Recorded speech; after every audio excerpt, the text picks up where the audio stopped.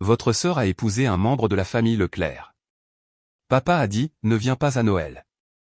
À la fête, ils m'ont présenté comme la ratée. Henri Leclerc s'est levé. Directrice Fournier, votre organisation à but non lucratif de 750 millions d'euros transforme des communautés. Le visage de papa est devenu blême. Mais laissez-moi vous raconter comment je suis devenu la déception de la famille qui dirigeait secrètement l'une des plus grandes organisations éducatives à but non lucratif du pays. Je m'appelle Léa Fournier, j'ai 38 ans. Ma sœur, Chloé, en a 41. Nous avons grandi à Neuilly-sur-Seine, en Île-de-France, le genre de banlieue de classe moyenne supérieure où votre grande école compte plus que votre caractère et où votre salaire définit votre valeur. Nos parents, Robert et Diane Fournier, étaient tous deux cadres en entreprise. Papa était vice-président dans une société pharmaceutique, maman était directrice du marketing. Ils vivaient pour les apparences, le bon quartier, les bonnes voitures, l'adhésion au bon country club. Chloé avait parfaitement compris la consigne. Elle est allée à HEC Paris, a obtenu son MBA à l'INSEAD, et a épousé un analyste de BNP Paribas nommé Cédric. Ils avaient le rêve américain sur le papier, une maison de 2,1 millions d'euros au Vésinet, des Porsche Cayenne assortis, des voyages annuels à Saint-Tropez. J'étais l'enfant à problème. Je suis allé à Sciences Po Paris avec une bourse partielle.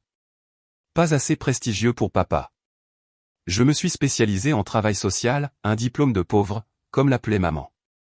Après l'obtention de mon diplôme, j'ai travaillé pour une petite organisation à but non lucratif qui aidait les enfants des communautés défavorisées à accéder à des ressources éducatives. Salaire de départ, 30 000 euros. Léa fait du bénévolat, disait maman à ses amis, de la même manière qu'on dirait, Léa ramasse les ordures. Papa était plus direct. Quand vas-tu trouver un vrai travail ? C'est un vrai travail, répondais-je. Les vrais emplois ont des salaires à 6 chiffres. Les vrais emplois ont des trajectoires de carrière. Tu as 23 ans et tu gagnes 28 000 euros. Ce n'est pas une carrière. C'est un passe-temps. Je ne discutais pas. J'ai appris très tôt que se disputer avec mon père, c'était comme se disputer avec un mur de briques, douloureux et inutile. Ce que mes parents ne savaient pas, ce qu'ils n'ont jamais pris la peine de demander, c'est que j'étais doué dans mon travail. Vraiment doué. En 2 ans, j'avais restructuré tout notre modèle de programme, obtenu 3 subventions majeures et doublé le nombre d'inscriptions de nos étudiants. La directrice exécutive l'a remarqué.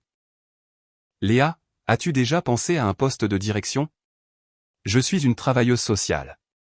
J'aide les enfants. Tu pourrais aider plus d'enfants si tu prenais des décisions organisationnelles. À 27 ans, je suis devenue directrice des programmes. À 30 ans, directrice exécutive. À 32 ans, j'ai fusionné 3 organisations à but non lucratif en difficulté en une seule organisation avec une mission unifiée, combler le fossé des opportunités éducatives pour les étudiants à faible revenu. Nous l'avons appelé Horizon Nouveaux Initiatives. Mes parents pensaient que je gagnais encore 37 000 euros dans cette petite association caritative. En réalité, je dirigeais une organisation de 750 millions d'euros avec des programmes dans plus de 90 départements, des partenariats avec 15 universités et un personnel de plus de 200 personnes. Nous avions aidé plus de 500 000 étudiants à accéder à des ressources de préparation à l'université, à des bourses d'études et à des programmes de mentorat. Mon salaire était de 260 000 euros. Non pas que l'argent m'intéressait. Je vivais dans une modeste maison de ville dans le Marais, je conduisais une Peugeot 3008 de 7 ans et je portais des vêtements de chez Monoprix. Chaque euro supplémentaire était réinvesti dans l'organisation. Mais je gardais le silence sur ma réussite. Non pas parce que j'en avais honte, mais parce que je connaissais ma famille. Si je leur parlais de Horizon Nouveau, papa dirait que je gaspillais mon éducation. Maman demanderait pourquoi je ne gagnais pas de l'argent réel dans le monde de l'entreprise. Chloé trouverait un moyen de ramener la situation à elle. Alors, je les ai laissés penser que j'étais une employée de bas niveau dans une organisation à but non lucratif, gagnant un salaire de misère. C'était plus simple que l'alternative. Chloé, pendant ce temps, était devenue insupportable après son divorce avec Cédric. Elle avait visé plus haut, épousant un homme nommé Antoine Delacroix, dont la famille était riche de longue date, pas seulement riche, mais riche de génération en génération. Le genre de richesse qui s'accompagnait de fonds en fiducie, de résidences secondaires et d'adhésion à des clubs qui n'avaient pas de site web. Elle m'a appelé le lendemain de ses fiançailles. Léa, je vais épouser un membre de la famille Delacroix. Sais-tu ce que cela signifie ? Que tu aimes Antoine? Cela signifie que je vais faire partie de quelque chose qui compte. La famille d'Antoine connaît tout le monde, des sénateurs, des PDG, des présidents de fondations. Ses parents gèrent un fonds de capital investissement de 1,9 milliard d'euros. C'est impressionnant. Impressionnant? C'est transformateur. Voilà à quoi ressemble le succès, Léa. C'est ce qui arrive quand on fait des choix intelligents au lieu de gaspiller sa vie avec des cas sociaux. Je n'ai rien dit. Je te dis ça parce que j'ai besoin que tu comprennes. Quand tu rencontreras la famille d'Antoine, tu devras te comporter de manière exemplaire. Ne parle pas de ton travail associatif. Ne mentionne pas l'argent ou son absence. Essaie juste de ne pas me mettre dans l'embarras. Je ferai de mon mieux. Je suis sérieuse, Léa. Les parents d'Antoine sont des gens sophistiqués. Ils font des dons à de vraies organisations, des musées, des hôpitaux, des universités, pas à des petits groupes communautaires. Je ne peux pas les laisser penser que la famille Fournier est ordinaire. Le mariage fut élégant, coûteux et exclusif. Je portais une robe des Galeries Lafayette. Chloé portait une création sur mesure de Chanel. La réception a eu lieu dans un domaine privé avec 200 invités qui semblaient tous sortis d'un catalogue de Yacht Club. J'ai brièvement rencontré les parents d'Antoine, Henri et Isabelle Leclerc, cheveux d'argent, impeccablement vêtus, le genre de personnes qui respirent la richesse ancienne. Léa, ravie de vous rencontrer, dit Isabelle. Chloé a mentionné que vous travaillez dans le secteur associatif. Oui, madame. L'accès à l'éducation. Quelle noblesse, dit-elle avec un sourire qui n'atteignait pas ses yeux. Nous n'avons plus parlé ce soir-là. Au cours des 3 années suivantes, l'identité de Chloé s'est complètement fondue dans le fait d'être une Leclerc. Elle a rejoint des conseils d'administration non pas parce que les causes lui tenaient à cœur, mais parce que c'est ce que font les femmes Leclerc. Elle organisait des collectes de fonds, assistait à des galas et publiait des photos sur Instagram avec des légendes comme « reconnaissante de redonner », à côté de photos d'elle dans des robes à 4 600 €. Elle parlait aussi constamment de la Fondation Leclerc. Les parents d'Antoine gèrent 1,9 milliard d'euros d'investissement, disait-elle lors des dîners de famille. Leur fondation donne 46 millions par an. Peux-tu imaginer avoir un tel impact, Léa? Je pouvais l'imaginer. Je le voyais tous les jours, mais je ne disais rien. Le mois dernier, Chloé a appelé avec une annonce. Nous organisons Noël au domaine des Leclerc cette année. Toute la famille, les parents d'Antoine, sa sœur, tout le monde. Ça a l'air sympa. Ce n'est pas juste sympa, Léa. C'est important. Henri et Isabelle veulent mieux connaître notre côté de la famille. C'est une grosse affaire. Je suis heureuse de venir. Il y eut une pause. En fait, je dois te parler de ça. De quoi? Du fait que tu viennes. Elle prit une profonde inspiration. Léa, je t'aime, mais j'ai besoin que tu comprennes, la famille d'Antoine est habituée à un certain niveau de succès. Ils respectent la réussite, l'ambition, l'excellence. Et toi? Et moi, quoi? Tu es une travailleuse sociale qui gagne, quoi, probablement 46 000 € par an. Tu conduis une Peugeot. Tu vis dans une minuscule maison de ville. Et c'est bien pour toi. Mais quoi? Mais je ne peux pas laisser les parents d'Antoine penser que c'est ça, la famille Fournier. Que nous sommes des gens qui se contentent de la médiocrité. Les mots flottaient entre nous. Est-ce que tu me désinvites de Noël, Chloé? Je te demande de comprendre. C'est la relation la plus importante de ma vie. J'ai besoin que la famille d'Antoine me respecte, qu'elle me voie comme une égale. T'avoir là, à parler de ta petite association, avec tes vêtements de chez Monoprix. Ça sape tout ce que j'ai construit. Je vois. Vraiment? Parce que ce n'est pas à propos de toi, Léa. C'est à propos de moi, de mon mariage, de ma place dans cette famille. Donc, je ne devrais pas venir. Je pense que ce serait mieux. J'ai raccroché sans dire au revoir. 2 jours plus tard, papa a appelé. Léa, ta sœur m'a parlé de Noël. Ah bon? Elle a raison, tu sais. Les Leclerc sont des gens importants. C'est une opportunité significative pour notre famille de nouer des liens, de construire des relations. On ne peut pas t'avoir là-bas à être toi-même. Être moi-même? Tu sais ce que je veux dire. Le travail associatif, le style de vie modeste. C'est admirable à sa manière, mais ce n'est pas impressionnant. Les Leclerc font des dons à l'école polytechnique, à l'Opéra Garnier. Ils ne vont pas comprendre tes petits programmes communautaires. Mes petits programmes communautaires. Léa, ne sois pas difficile. Tu as fait tes choix. Tu as choisi une voie qui privilégie le bien-être personnel à la réussite matérielle. C'est bien. Mais le reste d'entre nous doit vivre dans le monde réel où les apparences comptent. C'est tout, papa? Je dis ça parce que je tiens à toi. Parfois, la chose la plus aimante que tu puisses faire est de te mettre de côté. Laisse les membres de la famille qui ont réussi briller sans que ta situation ne jette une ombre. J'ai aussi raccroché au nez de celui-ci. Ce que ma famille ne savait pas, ce qu'ils n'ont jamais pris la peine de demander, c'est que la Fondation Leclerc était le deuxième plus grand donateur de Horizon Nouveaux Initiatives. Nous avions commencé à travailler avec eux il y a 4 ans. Henri Leclerc avait assisté à l'une de nos présentations de programme, une présentation étudiante où des jeunes de notre programme parlaient de la manière dont l'accès à l'éducation avait changé leur trajectoire. Il m'avait approché après. Madame Fournier, je suis Henri Leclerc. Ce que vous avez construit ici est extraordinaire. Merci, monsieur Leclerc. Dites-moi, quel est votre budget? Nous fonctionnons actuellement avec environ 370 millions d'euros par an. Ses sourcils se sont haussés.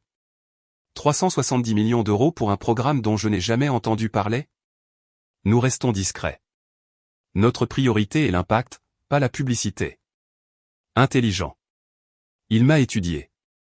La Fondation Leclerc finance des initiatives éducatives. J'aimerais en savoir plus sur votre travail. Cette conversation a mené à une visite sur site, puis à une proposition, puis à une subvention de 14 millions d'euros. En 4 ans, la Fondation Leclerc avait donné 67 millions d'euros à Horizon Nouveau. Il nous avait mis en relation avec d'autres donateurs, ouvert des portes à des partenariats universitaires et nous avait aidé à développer des programmes qui transformaient des vies. Henri Leclerc et moi nous parlions tous les trimestres pour examiner les résultats. Il m'a dit à plusieurs reprises que Horizon Nouveau était l'investissement le plus performant de sa fondation. Isabelle Leclerc siégeait à notre conseil consultatif, bien qu'elle assistait aux réunions virtuellement et que nous n'ayons jamais rendu publique sa participation, conformément à sa demande de confidentialité. Quand Chloé a épousé Antoine, je me suis demandé si je devais mentionner ce lien. J'ai décidé de ne pas le faire. Mon travail n'avait pas besoin de devenir une monnaie d'échange dans les politiques familiales. Mais après avoir été des invités de Noël, quelque chose a changé. Je n'étais pas en colère. J'étais fatigué. Fatigué d'être invisible. Fatigué d'être l'embarras de la famille. Fatigué de regarder Chloé se construire une identité autour de l'argent et des relations alors que je faisais réellement le travail dont elle prétendait se soucier. J'ai appelé le bureau de Henri Leclerc. Son assistante m'a immédiatement passé sa ligne. Léa, heureux de vous entendre. Je venais de consulter votre rapport d'impact du 4e trimestre. Les chiffres d'inscription à l'université sont remarquables. Merci, Henri. En fait, je vous appelle pour une affaire personnelle. Ah. Je crois comprendre que vous organisez Noël cette année, que ma sœur et sa famille y seront. Oui, Antoine a mentionné que ses beaux-parents nous rejoindraient. Je suis impatient de les rencontrer convenablement. J'ai pris une grande inspiration. Henri, je dois vous dire quelque chose. Chloé est ma sœur. Antoine est mon beau-frère. Silence. Votre sœur? A-t-il répété lentement. Chloé Delacroix est votre sœur? Oui. C'est-elle ce que vous faites? Pour Horizon Nouveau? Non. Ma famille pense que je suis une simple travailleuse sociale qui gagne environ 46 000 euros par an. Pourquoi penserait-il cela? Parce que je ne les ai jamais corrigés, et ils n'ont jamais demandé. Encore un silence. Puis, Léa, pardonnez-moi d'être directe, mais pourquoi me dites-vous cela maintenant? Parce que Chloé m'a désinvité de Noël. Elle a dit que ma présence la mettrait dans l'embarras devant votre famille. Que ma petite association et mon style de vie modeste donneraient une image médiocre de la famille Fournier. Je vois. Sa voix était devenue très basse. Et vos parents étaient d'accord avec elle, a-t-il dit. Ils ont dit que je devais me mettre de côté et laisser briller les membres de la famille qui ont réussi. Les membres de la famille qui ont réussi, a-t-il répété. La femme qui dirige une organisation de 750 millions d'euros que nous considérons comme l'investissement le plus performant de notre fondation est exclue pour ne pas avoir assez réussi. Oui, c'est. Il s'est arrêté. Léa, qu'attendez-vous de moi? Rien. Je pensais juste que vous devriez savoir que nous sommes de la même famille, au cas où cela se saurait. Au cas où cela se saurait, a-t-il dit. Léa, aimeriez-vous venir à Noël? Henri, je ne veux pas créer de drame. Vous ne le créeriez pas. Vous le révéleriez. Il y a une différence. Il a fait une pause. Isabelle et moi serions honorés de vous avoir comme invité. La femme qui nous a aidés à déployer 67 millions d'euros pour changer un demi-million de vies mérite une place à notre table. Chloé sera furieuse. Chloé, dit-il prudemment, doit apprendre que le succès ne dépend pas de la personne que l'on épouse. Il dépend de ce que l'on construit. Je suis arrivé au domaine des Leclerc la veille de Noël, à 18 heures précises. La maison était magnifique, une vaste demeure coloniale sur 20 acres à Saint-Germain-en-Laye. Une beauté de la vieille fortune, pas le tape à accent grave-l'œil de l'argent neuf. Je portais une simple robe noire toujours de chez Monoprix, mais elle tombait bien et semblait appropriée. J'avais apporté une bouteille de vin et des biscuits faits maison de ma boulangerie préférée. Un voiturier a pris mes clés de Peugeot sans jugement. Henri Leclerc a ouvert la porte lui-même. Léa. Bienvenue. Henri. Merci de me recevoir. Merci d'être venu. Isabelle est impatiente de vous rencontrer enfin en personne. Il m'a conduite dans un salon décoré avec une élégance discrète, un vrai sapin, des ornements classiques, rien de criard. Environ 15 personnes discutaient, un cocktail à la main. J'ai tout de suite vu Chloé. Elle tenait salon près de la cheminée, vêtue d'une robe de créateur qui coûtait probablement plus cher que ma voiture. Antoine se tenait à ses côtés, l'air soigné et attentif. Mes parents étaient là aussi, papa avec son blazer de country club, maman avec des perles et un sourire forcé. Chloé m'a vu. Son visage est devenu blanc, puis rouge. Elle a traversé la pièce en s'y enjambée furieuse. « Qu'est-ce que tu fais ici ?» Henri m'a invité. « Henri ? Monsieur Leclerc t'a invité ? Pourquoi ferait-il ça ?» Elle a regardé autour d'elle frénétiquement. « Tu dois partir. Maintenant. Avant que ses parents ne te voient. » Je ne pars pas. Léa, je te jure devant Dieu, si tu me mets dans l'embarras. Chloé. La voix de Henri a tranché net sa panique. J'ai invité votre sœur. Elle est la bienvenue chez moi. Chloé s'est tournée vers lui, forçant un sourire. Monsieur Leclerc, je suis tellement désolé. Il y a eu un malentendu. Léa n'était pas censée. Il n'y a pas de malentendu. Léa et moi sommes collègues. Je voulais qu'elle soit là. Collègue ? La confusion de Chloé était sincère. Que voulez-vous dire, collègue ? Nous travaillons ensemble. Elle dirige l'organisation éducative à but non lucratif que ma fondation finance. Chloé a ri nerveusement. Non, Léa travaille pour un petit groupe communautaire. C'est une travailleuse sociale.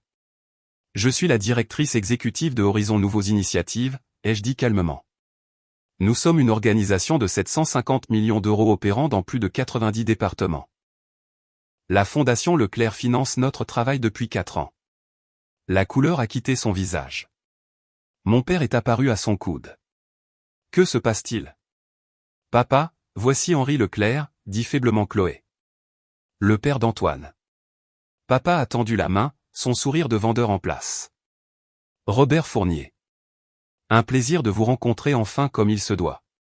Je crois comprendre que votre fondation fait un travail remarquable. Nous essayons, a dit Henri, bien que notre efficacité dépende des organisations que nous finançons, comme Horizon Nouveaux Initiatives. Connaissez-vous le travail de Léa ? Le sourire de papa a vacillé. Le travail de Léa ? L'organisation à but non lucratif de votre fille. Celle qui transforme l'accès à l'éducation pour un demi-million d'étudiants. Je pense qu'il y a une confusion, a dit papa. Léa travaille pour une petite association. Un poste de débutante. Débutante, a répété Henri. Robert, votre fille est la directrice exécutive de l'une des organisations éducatives à but non lucratif les plus efficaces du pays. Elle a bâti une organisation qui sert plus d'étudiants que la plupart des rectorats d'académie. Maman nous avait rejoints, sentant les ennuis. Monsieur Leclerc, Léa est très dévouée à son travail caritatif, mais je pense que vous la confondez peut-être avec quelqu'un d'autre. Je ne confonds rien. La voix de Henri était ferme. Je travaille avec Léa depuis 4 ans. J'ai visité ses programmes, examiné ses données de résultats, je l'ai vu faire des présentations à notre conseil de fondation.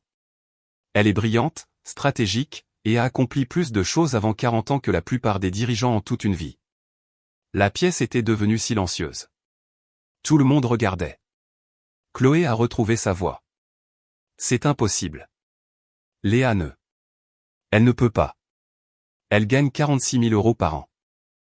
Je gagne 260 000 €, ai-je dit calmement. Plus les avantages sociaux. Le budget de fonctionnement de mon organisation est de 750 millions d'euros. Nous avons aidé 500 000 étudiants. Nous avons des partenariats avec 15 universités et des programmes dans plus de 90 départements. Tu mens, a chuchoté Chloé. Non. Mais tu n'as jamais dit. Tu nous as laissé penser. Vous n'avez jamais demandé. Vous avez supposé que j'étais une ratée parce que je ne travaillais pas dans le monde de l'entreprise. Vous avez supposé que j'étais pauvre parce que je conduis une Peugeot. Vous n'avez jamais, pas une seule fois, posé de questions sur mon vrai travail. Isabelle Leclerc est apparue à côté de son mari. Léa, quel plaisir de vous rencontrer enfin en personne. Nos réunions du conseil consultatif ne vous rendent pas justice. La bouche de Chloé s'est ouverte en grand. Conseil consultatif ? Isabelle siège au conseil consultatif de Horizon Nouveau, ai-je expliqué, bien que nous gardions sa participation privée, selon sa préférence. Maman a émis un petit son. Papa se contentait de regarder fixement. Antoine, qui était resté silencieux jusqu'à présent, a pris la parole. Chloé, tu m'as dit que Léa travaillait dans un centre social. Je le pensais. Vous le pensiez, ou vous vouliez le penser ? La voix d'Isabelle était douce mais pointue. Lui avez-vous déjà posé des questions sur son travail ? Visité son organisation ? Montré de l'intérêt pour ce qu'elle fait ? Silence. Peut-être devrions-nous nous asseoir, a suggéré Henri. Le dîner sera bientôt prêt. La table de la salle à manger pouvait accueillir 20 personnes. Henri m'a indiqué une place à côté d'Isabelle, près du bout de la table. Chloé et Antoine étaient plus loin. Mes parents étaient au milieu. C'était un plan de table délibéré. Une déclaration. Pendant les hors-d'œuvre, Henri s'est adressé à la table. Je veux remercier tout le monde de s'être joint à nous. La famille, c'est plus que le sang. C'est reconnaître et célébrer les réussites de chacun. À ce propos, il s'est tourné vers moi. Léa, voudriez-vous parler à tout le monde du nouveau programme de bourse que vous lancez ? Tous les yeux se sont tournés vers moi. J'ai pris une grande inspiration. Nous lançons un fonds national de bourse pour les étudiants de première génération. Des bourses complètes, frais de scolarité, logement, repas, livres, et une allocation pour les frais de subsistance. Nous commençons avec 500 étudiants par an et prévoyons d'atteindre 2000 en 5 ans. Quel est l'engagement financier ? A demandé un homme que j'ai reconnu comme étant l'oncle d'Antoine. 184 millions d'euros sur 10 ans. La Fondation Leclerc est notre principal donateur avec un engagement de 46 millions d'euros. La fourchette de Chloé a heurté son assiette avec un bruit sec. 46 millions ? A dit mon père d'une voix faible. Ce n'est que leur part, ai-je continué. Nous avons obtenu des engagements de cette autre fondation. Le programme sera lancé à l'automne prochain. Isabelle a souri. Nous sommes ravis de nous associer à ce projet. La vision de Léa pour éliminer les barrières financières à l'éducation s'aligne parfaitement avec la mission de notre fondation. Maman a retrouvé sa voix. Léa, pourquoi ne nous as-tu pas parlé de ça ? Quand vous l'aurais-je dit, maman ? Pendant les dîners où tu me présentais comme celle qui n'avait jamais rien fait de sa vie ? Ou peut-être pendant les fêtes quand papa me demandait quand j'allais trouver un vrai travail ? Le silence s'est fait à table. Ce n'est pas juste, a dit papa. Nous t'avons toujours soutenu. Vraiment ? Nommez un seul de mes programmes. Une seule de mes réalisations. Une seule chose que vous savez réellement sur mon travail. Silence. Vous ne pouvez pas, ai-je dit doucement. Parce que vous n'avez jamais demandé. Vous avez passé 15 ans à supposer que j'étais une ratée parce que ma réussite ne ressemble pas à la vôtre. Chloé fixait son assiette. Antoine avait l'air mal à l'aise. Mais voici ce qui est vraiment intéressant, ai-je poursuivi. Vous m'avez désinvité de Noël parce que vous aviez honte de moi, parce que vous pensiez que je donnerais une image médiocre de la famille devant les Leclerc. Vous vouliez me cacher pour que les membres de la famille qui ont réussi puissent briller. Léa, a commencé maman. Pendant ce temps, les Leclerc financent mon travail depuis 4 ans. Ils ont donné 67 millions d'euros à mon organisation. Isabelle siège à mon conseil consultatif. Henri m'appelle tous les trimestres pour examiner nos données d'impact. La famille que vous vouliez impressionner me connaît déjà. Ils respectent mon travail. C'est l'investissement le plus performant de leur fondation. Le visage de papa était passé du blanc au gris.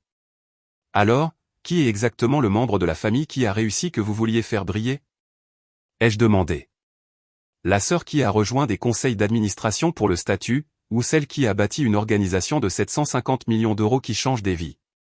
Chloé s'est levée brusquement. J'ai besoin de parler à ma sœur.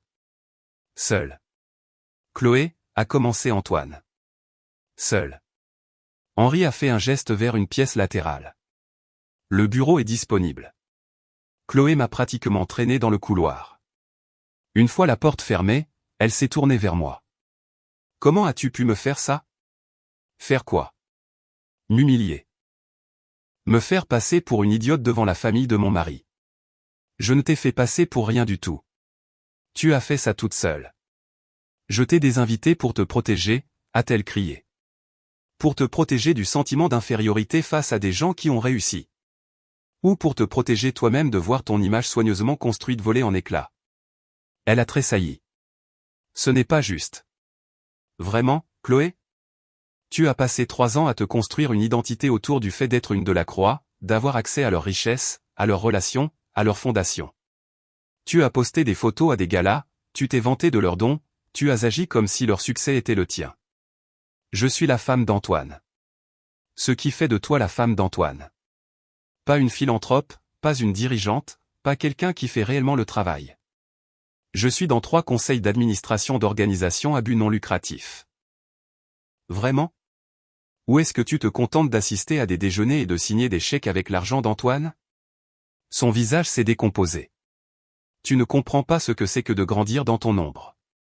Mon ombre? Chloé, tu étais l'enfant prodige. HEC. l'INSEAD. Le mariage parfait. Le mariage parfait en apparence avec un homme qui me trompait avec sa secrétaire. Pendant que tu étais en train de changer le monde, j'essayais de savoir qui j'étais sans un mari qui réussit pour me définir. Elle s'est affalée sur une chaise. Puis j'ai rencontré Antoine, sa famille, et j'ai vu une chance de faire partie de quelque chose qui comptait, quelque chose de plus grand que moi. Mais tu n'en fais pas partie.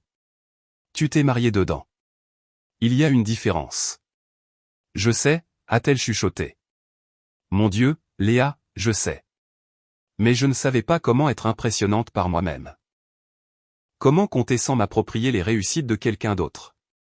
Alors j'ai épousé le nom de la croix et je me suis dit que c'était suffisant. Et j'étais ton contre-exemple. La sœur qui avait fait le mauvais choix, qui avait gâché son potentiel. J'avais besoin que tu sois ça. J'avais besoin de croire que mes choix étaient meilleurs que les tiens. Elle a levé les yeux vers moi. Mais ils ne l'étaient pas, n'est-ce pas? Tu as fait du bien concret pendant que je faisais semblant. Tu as construit quelque chose de réel pendant que je jouais à la poupée dans les galas. Chloé. Combien gagnes-tu? Quoi? Ton salaire. Combien? 260 000 euros. Elle a ri amèrement. Je vis du fonds en fiducie d'Antoine. Je ne gagne rien. J'ai 41 ans et je suis essentiellement au chômage. Tu pourrais changer ça. Vraiment? Pourquoi suis-je qualifié, Léa? J'ai un MBA que je n'ai pas utilisé depuis 10 ans. Des postes dans des conseils d'administration que je n'ai que parce que je suis une Delacroix. Aucune compétence réelle, aucune expérience concrète. Je suis une épouse professionnelle. Ce n'est pas vrai. Si.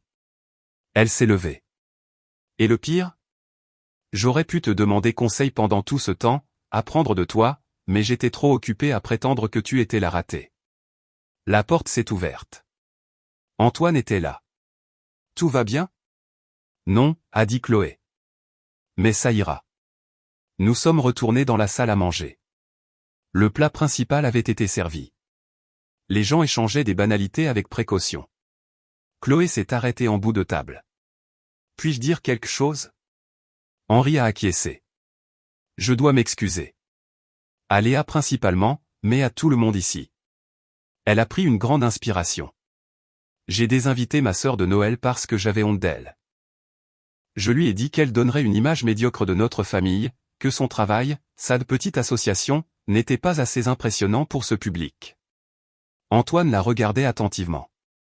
J'ai fait ça parce que j'ai construit toute mon identité autour du fait d'être une Delacroix, autour de l'accès à la richesse et au succès de cette famille. Et j'avais besoin que Léa soit moins que moi pour que je puisse me sentir réussi. Sa voix s'est brisée. Mais elle n'est pas moins que moi. Elle est extraordinaire, et j'ai été trop peu sûr de moi pour le voir. Maman pleurait. Papa avait l'air d'être sur le point d'être malade. Léa a passé 15 ans à construire quelque chose qui compte pendant que j'ai passé 15 ans à faire semblant de compter. Elle a aidé un demi-million d'étudiants pendant que j'assistais à des déjeuners. Elle a gagné le respect pendant que je me suis marié pour l'obtenir. Chloé m'a regardé. Je suis désolé pour tout. Pour t'avoir rabaissé afin de me sentir grande. Pour n'avoir jamais posé de questions sur ton travail. Pour avoir été trop menacé par ton succès pour le célébrer. Je ne savais pas quoi dire. Isabelle a parlé dans le silence. Chloé, il faut du courage pour reconnaître ses insécurités. Encore plus pour les admettre publiquement. Je ne me sens pas courageuse. J'ai honte. La honte peut être productive, a dit Isabelle doucement, si elle motive le changement. Chloé a hoché la tête et s'est assise. Antoine lui a pris la main. Mon père s'est éclairci la gorge. Léa, je te dois aussi des excuses. Ta mère et moi avons échoué en tant que parents. Nous avons mesuré le succès par le salaire et le statut au lieu de l'impact. Nous avons méprisé ton travail sans le comprendre. C'était une erreur. Une très grosse erreur, a ajouté maman en s'essuyant les yeux. Ma chérie, nous sommes tellement désolés. Vraiment, ai-je demandé doucement. Ou êtes-vous désolé d'avoir eu l'air ridicule devant les Leclerc? Papa a tressailli. C'est juste. Parce que si vous vous excusez seulement parce que vous vous êtes fait prendre, ce n'est pas une excuse. C'est de la gestion de crise. Non, a dit papa. Tu as raison. Nous avons été terribles, méprisants. Nous avons traité l'œuvre de ta vie comme un passe-temps. Nous t'avons comparé aux emplois en entreprise de Chloé et nous t'avons trouvée insuffisante. Nous n'avons jamais pris la peine d'apprendre ce que tu faisais réellement. Pourquoi pas? Il y a réfléchi. Parce qu'il était plus facile de supposer que tu avais des difficultés que de confronter notre propre définition étroite du succès. Que fait ton organisation? A soudainement demandé maman. Concrètement? Je veux comprendre. Alors, je leur ai raconté. Je leur ai parlé de Sophia, qui a grandi dans la pauvreté dans la Creuse et qui est maintenant médecin parce que Horizon Nouveau l'a aidé à accéder à des classes préparatoires et à des ressources de préparation au concours. Je leur ai parlé d'Adam, dont la mère célibataire occupait 3 emplois et ne pouvait pas se permettre des cours de soutien, nous les avons fournis gratuitement, et il est maintenant à Centrale Supélec. Je leur ai parlé de nos coachs de réussite universitaire qui aident les étudiants de première génération à naviguer dans les aides financières, de nos programmes de bourse, de nos partenariats qui fournissent des manuels et des ordinateurs portables gratuits. Je leur ai parlé des 500 000 étudiants dont la vie avait changé parce que nous croyions que l'éducation devait être accessible quel que soit le code postal ou le revenu. Quand j'ai terminé, maman pleurait de nouveau. Papa avait l'air anéanti. 750 millions d'euros, a-t-il dit doucement. Tu es responsable de 750 millions d'euros. Je suis responsable de 500 000 étudiants. L'argent n'est que l'outil. Henri a levé son verre. À Léa Fournier, qui comprend que le vrai succès se mesure en vie changée, et non en euros accumulés. Tout le monde a levé son verre, sauf Chloé, qui fixait son assiette. Chloé, a dit doucement Antoine. Elle a levé les yeux et levé son verre. À ma sœur, qui est tout ce que j'ai prétendu être. Après le dîner, Isabelle m'a prise à part. Marchez avec moi. Nous sommes allés dans la véranda, une belle pièce vitrée remplie de plantes et de sièges confortables. Vous avez géré cela avec une grâce remarquable, a-t-elle dit. Vraiment? J'ai l'impression d'avoir lâché une bombe. Vous avez révélé la vérité. La bombe était déjà là, vous l'avez juste rendue visible. Elle s'est installée dans un fauteuil. Henri et moi sommes préoccupés par Chloé. Préoccupés comment? Elle a rejoint le comité du gala de notre fondation l'année dernière. Nous étions ravis, nous pensions qu'elle se souciait sincèrement de notre travail. Mais avec le temps, nous avons réalisé qu'elle était plus intéressée par les aspects sociaux que par la mission réelle. Elle n'a jamais posé de questions sur les résultats, ne s'est jamais engagée sur le fond, voulait juste que sa photo soit prise avec les donateurs. Ça ressemble à Chloé. Nous avons déjà vu ça. Des gens qui se marient dans des familles philanthropiques mais ne font jamais le travail. Ils assistent à des événements, siègent à des conseils d'administration, mettent leur nom sur les murs des donateurs, mais ils ne comprennent pas ce que nous faisons ni pourquoi c'est important. Elle essaie, ai-je proposé. Vraiment? Où essaie-t-elle de maintenir son image? Isabelle m'a étudié. Léa, puis-je être franche? Bien sûr. Chloé me rappelle qui j'étais à son âge. Belle, bien entourée, mariée à la richesse. Je siégeais à des conseils d'administration parce que les épouses Leclerc siégeaient à des conseils d'administration. J'organisais des collectes de fonds parce que c'est ce qu'on attendait de moi. Je n'ai jamais demandé pourquoi. Qu'est-ce qui a changé? J'ai visité un programme que nous financions. J'ai vu de vrais enfants dont la vie était changée par notre investissement. J'ai rencontré une fille qui me rappelait ma propre fille, même âge, même intelligence, mais née dans la pauvreté au lieu du privilège. Cette fille a changé ma perspective. Que lui est-il arrivé? Elle est diplômée de l'école normale supérieure. Elle est pédiatre maintenant. Elle travaille dans des communautés défavorisées. Isabelle a souri. Je reçois encore des cartes de Noël. Sa fille vient d'avoir 5 ans. C'est magnifique. C'est plein de sens. Et cela m'a appris que la philanthropie sans engagement n'est que de la vanité. Elle m'a regardé droit dans les yeux. Votre sœur doit apprendre cette leçon. La question est de savoir si elle est capable de l'apprendre. Je pense qu'elle l'est. Peut-être. J'espère que vous avez raison, pour son bien plus que pour le nôtre. Isabelle s'est levée. Henri et moi voulons augmenter notre engagement envers Horizon Nouveau. 67 millions ont été transformateurs, mais nous pouvons faire plus. Isabelle, c'est incroyablement généreux, mais... Nous pensons à 46 millions par an pour les 5 prochaines années. 230 millions au total. Assez pour tripler votre programme de bourse et l'étendre à toutes les régions. Je ne pouvais pas parler. En supposant que vous soyez intéressé, a-t-elle ajouté avec un sourire. Intéressé, Isabelle? Cela changerait tout. Nous pourrions aider des millions d'étudiants de plus. Alors, faisons en sorte que cela se produise. Nous discuterons des détails après les fêtes. Pour l'instant, profitez de votre soirée. Et Léa, merci de nous avoir fait suffisamment confiance pour venir ce soir. Merci de m'avoir invité. Quand je suis retourné au salon, mes parents parlaient tranquillement avec Henri. Ils m'ont vu et se sont levés. Léa, a dit papa, pouvons-nous parler dehors? Peut-être. Nous sommes allés sur la terrasse. Il faisait froid mais le ciel était clair, les étoiles visibles malgré les lumières de la banlieue. Je ne sais pas comment réparer ça, a dit papa. Réparer quoi? 15 ans à être un père terrible. À mépriser ton travail, tes choix, ta vie. J'ai été tellement concentré sur le succès conventionnel que je n'ai pas pu voir la véritable réussite juste sous mes yeux. Pourquoi, papa? Pourquoi avais-tu besoin que je corresponde à ta définition du succès? Il y a réfléchi longtemps. Parce que je suis un homme médiocre qui a accompli des choses médiocres. Vice-président dans une société pharmaceutique, ça a l'air impressionnant, mais j'ai plafonné au niveau de la direction intermédiaire. Je n'ai jamais atteint la direction générale. Je n'ai jamais rien construit de durable. La seule chose que je pouvais revendiquer, c'est d'avoir élevé des filles qui ont réussi. Tu as élevé des filles qui ont réussi. Non, j'ai élevé une fille qui a choisi le succès conventionnel et une qui a choisi le succès porteur de sens. J'ai célébré la première et ignoré la seconde parce que... Il s'est interrompu. Parce que quoi? Parce que ton succès mettait en lumière mon échec. Tu as construit quelque chose qui compte, quelque chose qui te survivra et changera des vies pour des générations. Qu'est-ce que j'ai construit, moi?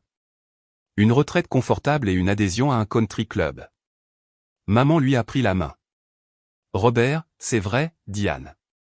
Nous avons vécu par procuration à travers les réussites de nos filles au lieu d'être fiers de nos filles elles-mêmes.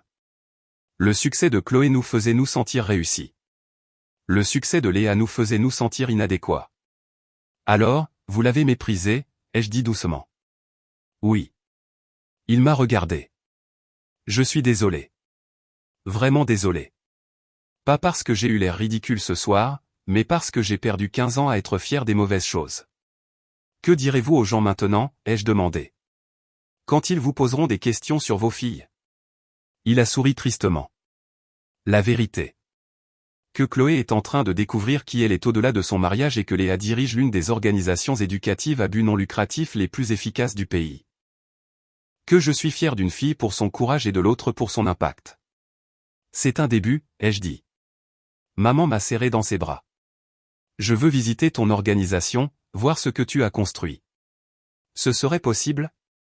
J'aimerais ça. Je suis resté au domaine des Leclerc jusqu'à minuit. Nous avons joué à des jeux de société, bu du vin et parlé de tout sauf de l'éléphant que nous avions abordé au dîner. Au moment de partir, Chloé m'a accompagné à ma voiture. Antoine veut que je voie un thérapeute, a-t-elle dit. C'est bien. Vraiment? Je me sens tellement nul. 41 ans et je réalise seulement maintenant que je ne sais pas qui je suis. Tu n'es pas nul. Tu es en train de te trouver. Il y a une différence. Léa, puis-je te demander quelque chose? Bien sûr. Comment as-tu su que ton travail comptait? Que tu faisais les bons choix, même quand tout le monde te disait le contraire?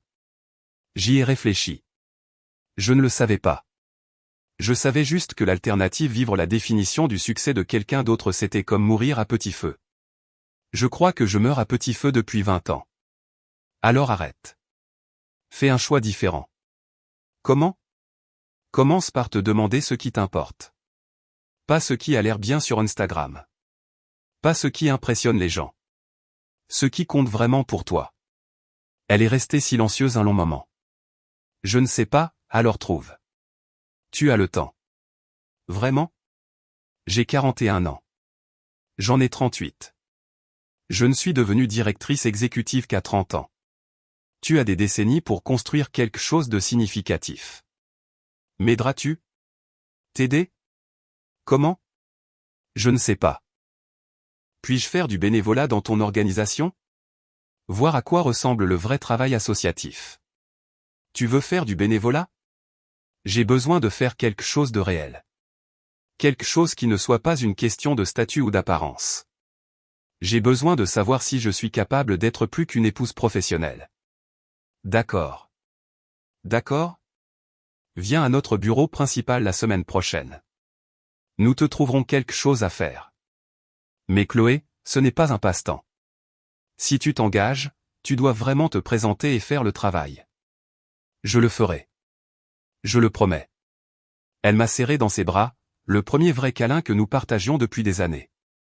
3 mois plus tard, Chloé faisait du bénévolat 15 heures par semaine à Horizon Nouveau. Elle a commencé dans notre programme de tutorat, travaillant directement avec des lycéens sur leur dissertation pour l'université. Au début, elle était nulle, trop soignée, trop formelle, incapable de s'identifier à des jeunes issus de milieux si différents du sien.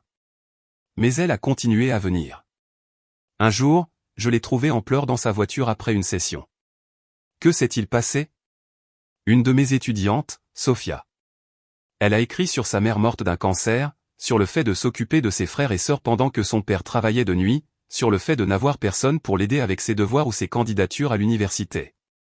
Chloé a essuyé ses larmes. Elle a 17 ans et elle élève sa famille depuis 3 ans. Et elle s'est excusée que sa dissertation soit trop déprimante. Que lui as-tu dit? Je lui ai dit que c'était la chose la plus puissante que j'ai jamais lue, que n'importe quelle université aurait de la chance de l'avoir. Elle m'a regardé. Léa, j'ai perdu tellement de temps sur des choses qui n'ont pas d'importance. Pendant que des jeunes comme Sophia se battent juste pour survivre, moi je m'inquiétais de savoir si ma robe était assez impressionnante pour un gala. Mais tu es là maintenant. C'est ça qui compte. Vraiment? Je suis une femme de 41 ans qui doit apprendre la décence humaine de base auprès d'adolescents. Non, tu es une femme de 41 ans qui choisit d'apprendre, qui choisit la croissance plutôt que le confort. Il faut du courage pour ça. Elle s'est remise à pleurer. Je ne me sens pas courageuse. J'ai honte. Bien. Laisse cette honte alimenter le changement au lieu de la paralysie. 6 mois après Noël, la Fondation Leclerc a augmenté son engagement annuel à 46 millions d'euros, comme Isabelle l'avait promis. Avec ce financement, nous avons triplé notre programme de bourse, nous nous sommes étendus à toutes les régions métropolitaines et nous nous sommes associés à 20 universités de plus.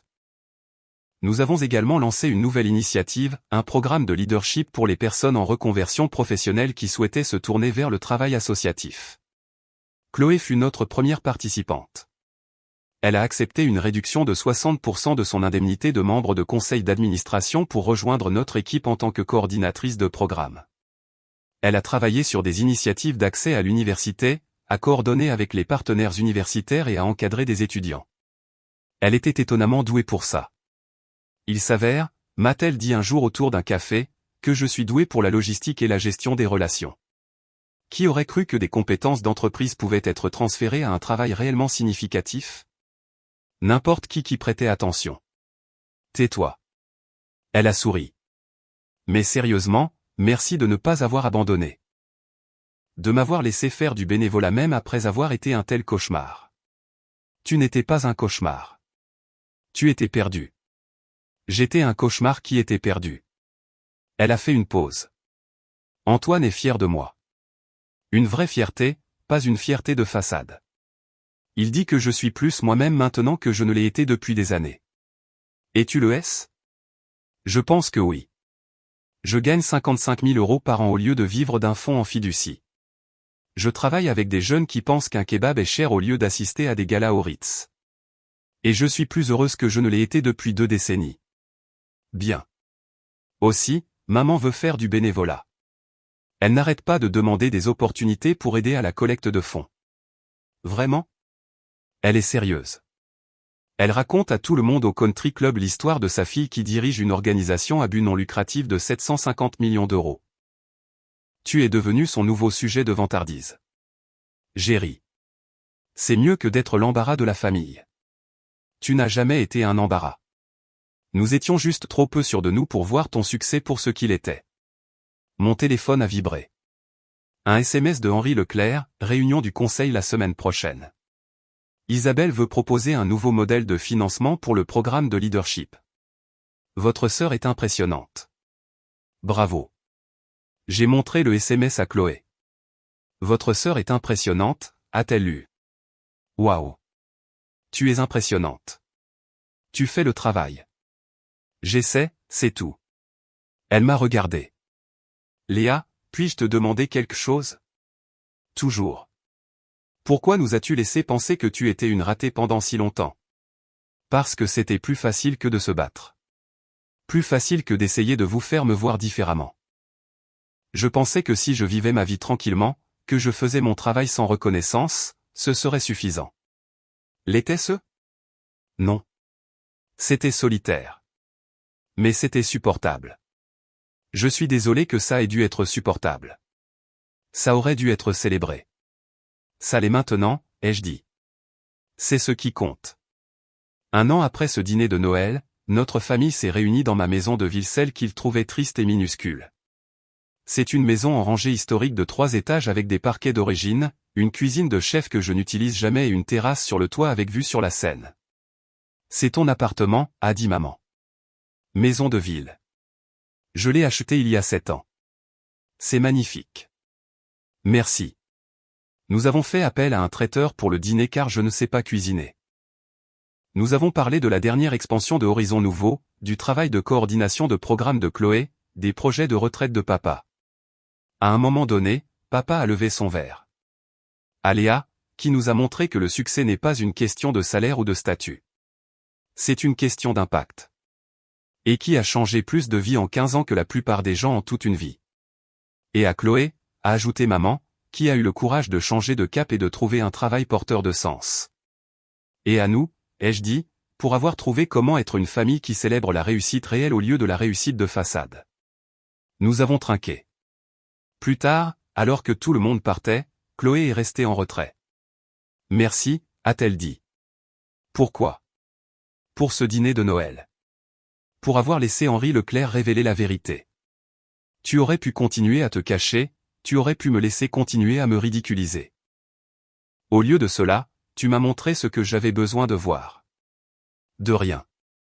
Je suis heureuse que tu sois ma sœur, Léa. Celle qui a réussi, celle qui a du sens, celle qui compte vraiment. Tu comptes aussi. Je commence à le croire. Elle m'a serré dans ses bras. On se voit lundi au bureau. Seul, j'ai regardé ma famille partir, maman et papa dans leurs plus beaux atours de country club, Chloé en jean et t-shirt horizon nouveau, tous différents de ce qu'ils étaient un an auparavant. Mon téléphone a vibré.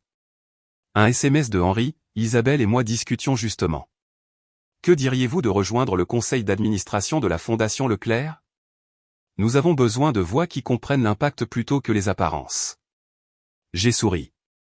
J'ai répondu, je serais honoré. Merci.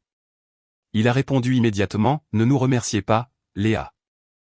Vous nous en avez plus appris sur la philanthropie porteuse de sens que nous ne vous en avons appris. L'honneur est le nôtre. J'ai posé mon téléphone et j'ai regardé autour de ma triste petite maison de ville, ma belle maison que j'avais gagnée, achetée et remplie d'une vie que j'avais construite selon mes propres termes.